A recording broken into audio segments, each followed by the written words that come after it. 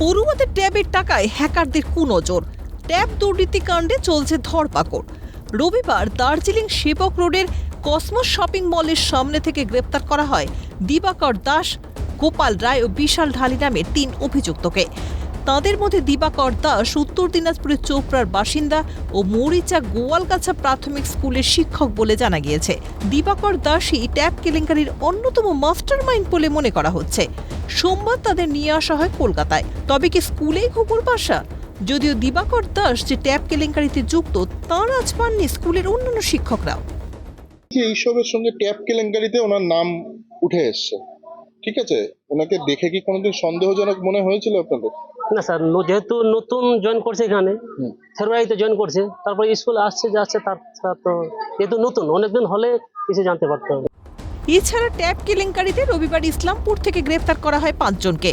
সোমবার তাদের ইসলামপুর আদালতে তোলা হলে 2 দিনের ট্রানজিট রিমান্ডের নির্দেশ বিচারকের। তাদের ট্রানজিট রিমান্ডে পূর্ব মেদিনীপুর নিয়ে যাওয়া হবে বলে পুলিশ সূত্রে খবর। ধৃতদের মধ্যে মনসুর আলম ও উসমান আলী চক্রের মূল পাণ্ডা বলে মনে করছে পুলিশ। দুটো পৃথক কেসে ট্যাব সংক্রান্ত কেসে, সেই কেসে দুটো পৃথক কেসে মোট 5 জন আসামিকে কোর্টে ফরওয়ার্ড করা হয়।